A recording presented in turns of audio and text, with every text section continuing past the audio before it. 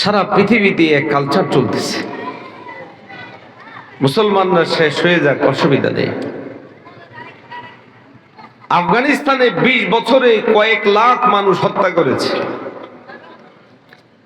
অথচ ছোট্ট একটা মেয়ের ঘটনা নিয়ে এই ছেলেরা বসো বাবা, কি যে একটা এলোমেলো অবস্থা, বসো।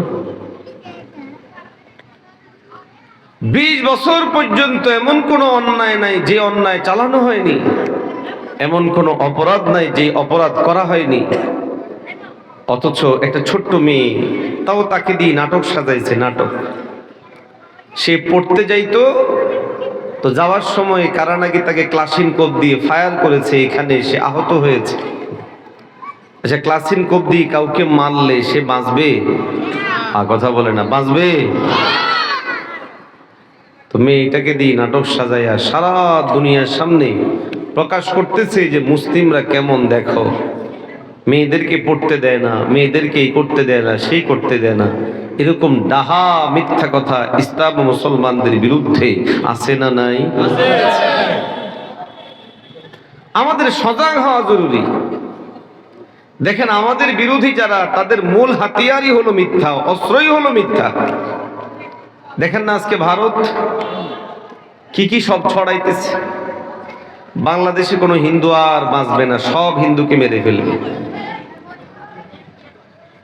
এই গত 6 মাসেও কি আপনাদের এই এলাকায় কোনো হিন্দুকে মারা হয়েছে?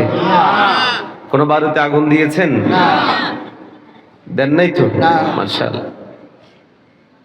সারা দেশে একই অবস্থা, উল্লেখযোগ্য কোনো ঘটনা নাই যে অমুক জায়গায় মেরেছে, চালিয়েছে, পুড়িয়েছে। হ্যাঁ, কিছু কিছু বিক্ষিপ্ত বিচ্ছিন্ন ঘটনা আছে, কিন্তু এটা ধর্মীয় দাঙ্গা নয়, বরং এটা রাজনৈতিক দাঙ্গা। কথা বলেন ঠিক না বেঠিক? ধর্মীয় দাঙ্গা, রাজনৈতিক দাঙ্গা কি এক? আরো জোরে বলেন। ধর্মীয় দাঙ্গা আর রাজনৈতিক দাঙ্গা এক? মোটেও এক না। তাহলে ধর্মীয় দাঙ্গা, ধর্মীয় দাঙ্গা, ধর্মীয় দাঙ্গা বাংলাদেশে কোথায় হচ্ছে? কেন এই কথা বলা হচ্ছে? শুধু বলতেছে এরকম না, আমাদের সীমান্তে এসে বাংলাদেশের হাই কমিশনার ভাঙলো, আগুন লাগাই দিল, পড়লো, বাংলাদেশের সীমান্ত ক্রস করে চলেই আসবে, এরকম একটা ভাবসাব দেখাইছে কি দেখায় নাই? কথা বলেন। এখনো পর্যন্ত প্রতিদিন তারা বিভিন্ন হুমকি ধমকি দিতে রয়েছে।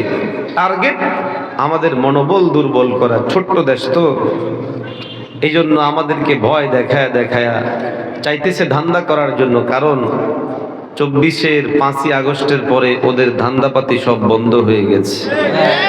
আরো আসতে বলেন, আরে জোরে বলেন ঠিক না বেঠে?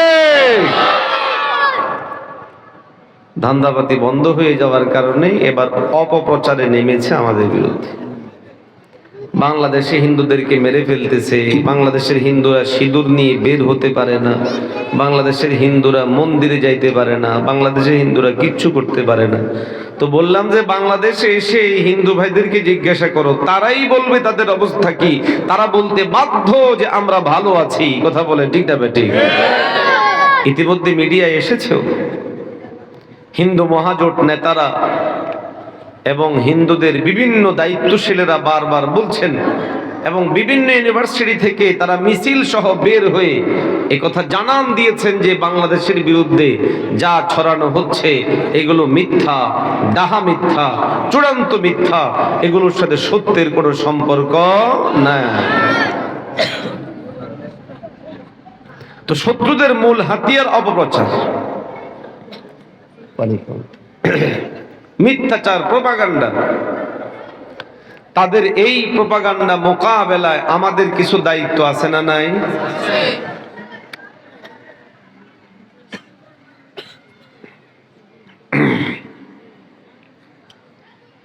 আমাদের দায়িত্ব কি? আমাদের দায়িত্ব হলো বিজয়ের এই মাসকে, বিজয়ের এই সময়টাকে ধারণ করে আমরা ইতিহাস জানব, আমাদের সন্তানদেরকে ইতিহাস জানাবো, আমরা দেশকে ভালোবাসবো, আমাদের সন্তানদেরকেও দেশ ভালোবাসতে বলবো, যেমন আমাদের নবী দেশকে ভালোবেসেছেন, দেশকে মায়া করেছেন, নিজের ভূখণ্ডকে মায়া করেছেন। আওয়াজ দিয়ে বলেন ঠিক না বেঠিক? প্রমাণ আছে না নাই? কথা বলেন। মুমিন মুসলমান ভাইয়েরা আমার, নবীজি মুহাম্মদুর রাসূলুল্লাহ সাল্লাল্লাহু আলাইহি ওয়াসাল্লাম যখন মদিনায় অবস্থান করেন, বিভিন্ন দিক থেকে শত্রু বাহিনী মদিনার দিকে আসতেছিল হামলা করার জন্য। নবীজি সাল্লাল্লাহু আলাইহি ওয়াসাল্লাম সংবাদ শুনলেন। সংবাদ শোনার সঙ্গে সঙ্গে পয়গম্বর আলাইহিস সালাতু ওয়াস সালাম সাহাবায়ে কেরামদেরকে নিয়ে পরামর্শ বসলেন কি করা যায়। পয়গম্বর আলাইহিস সালাতু ওয়াস সালাম ওই সিচুয়েশনে নামাজ, রোজা, হজ, যাকাত এইগুলোর কথা বলেননি, বরং ওই পরিবেশে পয়গম্বর পরামর্শে বসেছেন কিভাবে মদিনাকে সেভ করা যায়, মদিনাকে যে দুশমন আসছে এই দুশমনদেরকে কিভাবে মোকাবেলা করা যায়। নামাজ, রোজা, হজ, যাকাত এক একটা ইবাদত আপন আপন জায়গায় প্রয়োজনীয়, দরকারি, এবং সেই অনুপাতে আমলও চলবে, কাজও চলবে। কিন্তু আজকের দিনে সবচেয়ে বড় জরুরি হলো এই মদিনা শরীফের মধ্যে চতুর্দিক থেকে যে দুশমনরা আসছে তাদের মোকাবেলা কেমনে করব।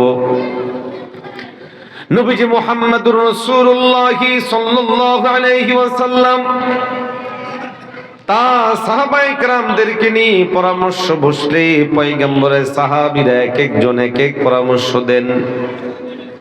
নবীজির সাহাবীদের মধ্য থেকে কেউ কেউ পরামর্শ দিলেন, ইয়া রাসূলুল্লাহ,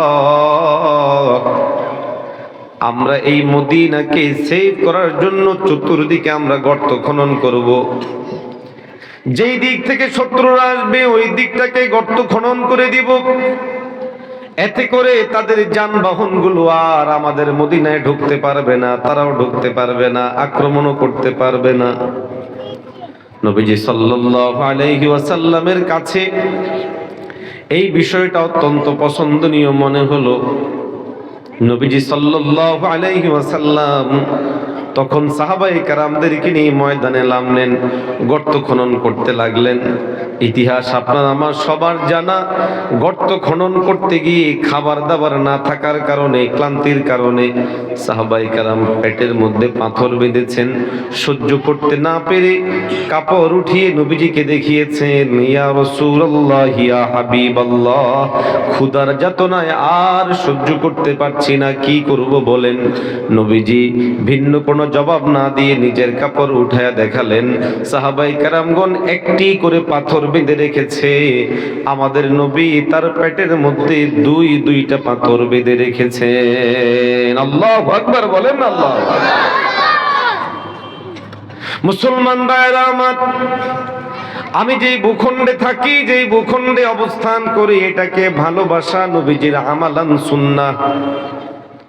এই ভূখণ্ডকে হেফাজতের জন্য সরাসরি ময়দানে নামা, লড়াই করা নবীজির সুন্নাহ।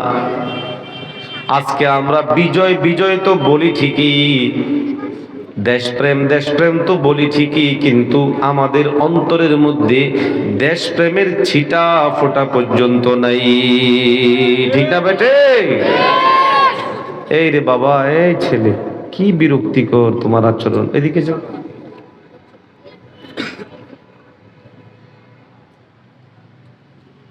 নবীজি সাল্লাল্লাহু আলাইহি ওয়াসাল্লাম আমাদেরকে আদর্শ শিখিয়েছেন, আমরা সে আদর্শের উপরে নাই। এই জন্য মেম্বার হয়, চেয়ারম্যান হয়, এমপি হয়। কেন? সেবা করার জন্য না, বরং ধান্দা করার জন্য। আরো আসতে বলেন, আর জোরে বলেন না, ঠিক না বেঠে? এমন ধান্দা অকল্পনীয়। একবার যদি কেউ মেম্বার, চেয়ারম্যান হতে পারে, এমপি হতে পারে, বাস যথেষ্ট।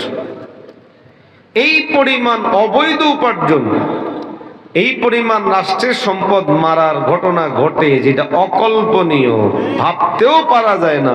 এই পরিমাণ টাকা মারার ঘটনা ঘটে। আওয়াজ দিয়ে কোন ঠিক না বেঠিক? আমরা এখন বাংলাদেশিরা প্রত্যেকে মাথা